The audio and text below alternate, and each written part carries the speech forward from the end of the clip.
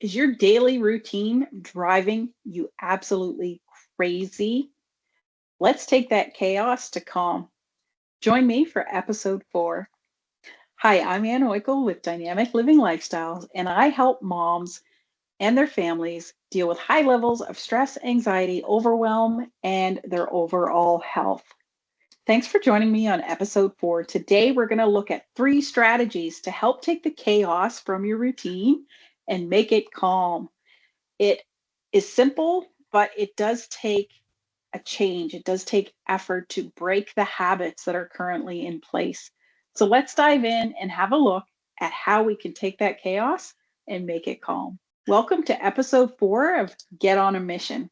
Make sure you check out the resources below. I have my website, and that provides information on what I do as well. So I coach and mentor moms that are dealing with high stress, anxiety, and overwhelm. And I also help their families thrive through providing a cellular health supplement to help their families feel the most vitality and health and wellness. And not to mention, there's an anti aging aspect that just happens naturally. Who doesn't want that?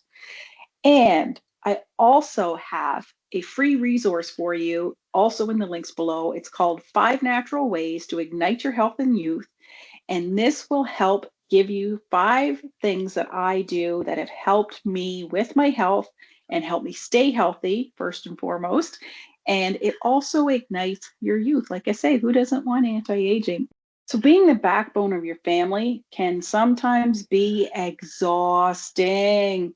It is so overwhelming sometimes, especially if you're dealing with multiple children at various ages, especially if they're all very young. It can be very chaotic. So it's important to be able to take the chaos and turn it into some calm. Will you be able to eliminate the chaos for good? Maybe not until they're older, but recognizing where you're chaotic and when you're chaotic is going to be key to be able to turning it from chaos to calm. In my past 3 episodes, if you haven't caught them, definitely check them out because there's tons of tips and tricks within those as well that help with the chaos, the stress, and the anxiety, not to mention the overwhelm that comes with all of the above. So, the best way to cut the chaos is to analyze what's currently happening in your world. Now, there's a couple of different ways you can go about doing this. The simplest way, because we're talking about cutting chaos, actually documenting your day and pinpointing where the chaos is actually happening. And then once you have it mapped out, you can easily identify where the chaos is and what is happening during the chaos to be able to navigate through changing that chaos to calm. So, step number 1, strategy number 1 is analyze how your day is going. Chances are, if you're a busy mom and you have a career, or if you're just a busy mom and you have a lot of kids or small kids, chances are it's going to be similar every single day. Your pain points are going to be repetitive. Once you analyze where the chaos is happening and when, now you can look at strategizing of what can you do potentially differently with the support of your spouse to help eliminate that chaos. Have a candid conversation with your significant other and let them know what's happening and what's causing you chaos. Because even though you find it chaos, they may not. And if they do, then it's important that you work together to be able to eliminate and minimize the chaos. Because if they're experiencing too, then it's going to be win-win for both of you, not to mention win-win for the kids. If they're not experiencing the chaos, it's important for them to understand that it's still chaos for you, because obviously your spouse, if they truly love you, they do not want you feeling that stress and anxiety. So communicate with them of what's happening and why it's happening in the way that it's happening for you, so that you can work together and come up with ideas and strategies to help minimize. So step number 2, once all that is mapped out, is establish a routine. Now you may have to tweak this a little bit with your spouse and with your kids to be able to get a flow that's going to work for everyone. Obviously, if you have a hyper child and you cannot get them dressed first thing in the morning, then it's important to come up with a schedule and a strategy, especially if they're younger, to help them get focused and get dressed. Whether you have everything mapped out the night before and you do it fast, or if they're older, help keep them on task and on focus, because it can be challenging when you're dealing with kids that have hyper deficit disorders and are extremely high energy. It's hard for them to focus sometimes. So having strategies and routines in place for them and you will only help everyone. But remember, it may take a while for this to take hold, so don't give up. Keep on it. Keep working through it. They say it takes 21 days to create a habit. Reality is, it actually takes longer, so don't give up on your schedule. If you feel it's not working, make sure you make little tweaks and then keep going. Don't give up on the strategy because it will help the chaos turn to calm. And that's the end of the day. That's our end goal, is to have a calm flow. And the final strategy is, once you have the analyzing done and you have a schedule in place, is now to prep to help the new schedule and the new processes to stick and have some longevity. So what do I mean by prep?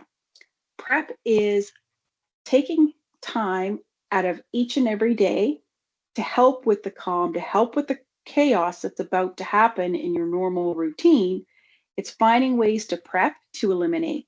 So, as I mentioned a little bit earlier, if you have a hyper kid, maybe it's mapping out their clothes for the next day, the night before, having meals prepped for lunches or for supper time, maybe having those planned out and or even prepared all on one day on the weekend. If you're working schedules, what does that look like and how can you pre-plan because you're working a 24-hour shift or you're working away for a week at a time or 2 weeks at a time or even a few months at a time?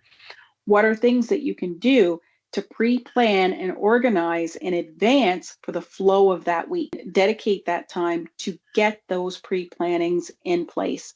So, like I say, it could be meal prepping, it could be preparing clothes and anything that has to happen the next day, having it laid out and ready to go, and having that stuff lined up so that you have that flow.